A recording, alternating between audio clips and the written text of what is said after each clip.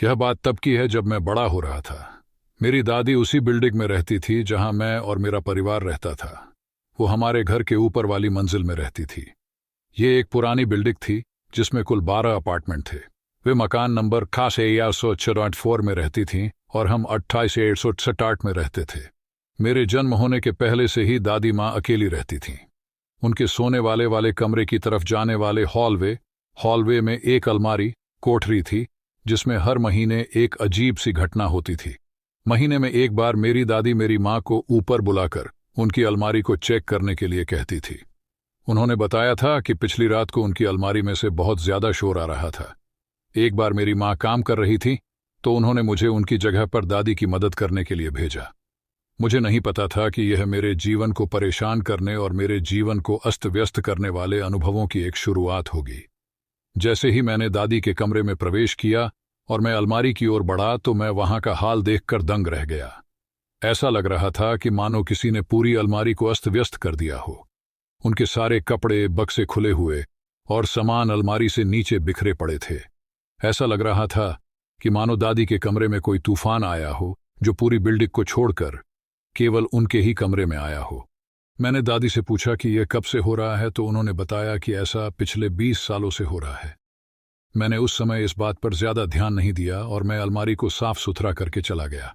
इसके 2 साल बाद मेरे माँ का अचानक निधन हो गया तो मेरी दादी माँ ने हमारा साथ देने और हमें हिम्मत देने के लिए हमारे साथ रहने का फैसला किया ताकि इससे पैसे भी बच जाए और हम सब साथ भी रह सके। इसके कुछ समय पहले ही दादी ने पैसे बचाने और सहायता पाने के लिए हमारे साथ रहने का फैसला किया। उस समय मेरे पापा ने मुझसे कहा कि तुम दादी के बेडरूम से कुछ जरूरी डॉक्यूमेंट्स ले आओ जो मैं वहां रख दिया था। तब मैं उदास मन से दादी के कमरे में जाने लगा, पर मुझे कुछ अच्छा महसूस नहीं हो रहा था। जब मैं उस अलमारी के पास से गुजर रहा था तो मुझे जोर जोर से किसी की अलमारी को पीटने की आवाज आ रही थी। लगा जैसे कोई उस अलमारी से बाहर निकलने की कोशिश कर रहा हो। इन सब को नजरअंदाज करते हुए मैं आगे बेडरूम की ओर बढ़ा, लेकिन जैसे ही मैं अंदर कमरे में गया तो दरवाजा अचानक से बंद हो गया, जिससे मैं अंदर फंस गया। मैंने घबराहट के साथ दरवाजे को खोलने की कोशिश की तो पाया कि दरवाजा तो दूसरी तरफ से बंद था, लेकिन मेरा भाग्य अच्छा था तो मैंने थोड़ी कोशिश करके दरवाजा खोल दिया और मैं जितना जल्दी हो सके उतना जल्दी उस अपार्टमेंट से बाहर भागा। जैसे ही मैं उस अलमारी के पास से गुजरा तो मैंने देखा कि वो अलमारी में से जोर जोर से पीटने की आवाज आ रही थी और वो आवाज इस बार काफी तेज थी, जिससे वो पूरी अलमारी हिलने लगी थी और ऐसा लगने लगा था जैसे वो अलमारी बस फटने ही वाली है। मैं पूरी तरह डर गया था और जैसे तैसे करके मैं अपने कमरे में पहुंचा। मैंने अपने पापा को दादी माँ के अपार्टमेंट की चाबियां दी और उनसे चिल्लाकर कहा कि आप ही जाकर वो काम कर लो, मैं नहीं जाने वाला।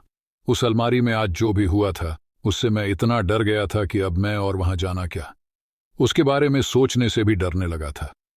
उस दिन के बाद से हमने कभी भी उस घटना का जिक्र नहीं किया और उस दिन के बाद से दादी के कमरे में से जो भी लाना हो वो सारा काम पापा ने ही किया। हम अपने जीवन में आगे बढ़ने लगे और हमारे सामने आए परेशान करने वाले अनुभवों को भूलने की कोशिश करने लगे। आज तक मुझे अभी भी आश्चर्य होता है कि दादी की अलमारी में उन घटनाओं का कारण क्या था, या फिर वहां इससे भी अधिक भयानक हो सकता था। सो आई होप गाइस आपको ये हॉरर स्टोरी अच्छी लगी होगी।